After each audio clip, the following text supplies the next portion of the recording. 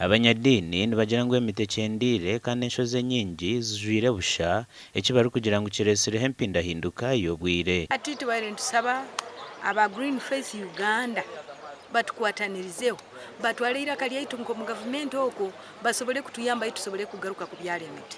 Rundi batuyambeho batuletere emiti yitu kusobora kubyala kusobora garuka mu kikaru kyere emiti batemere.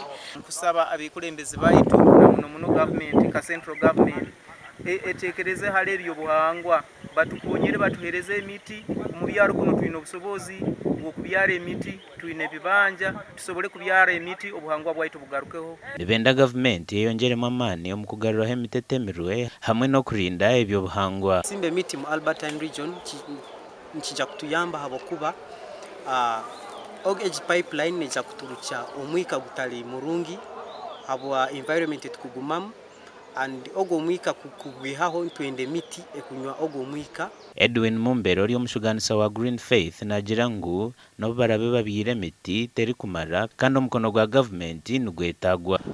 Hariho already tumazire planting emiti last year. We planted tukasimba emiti over 5,000 trees.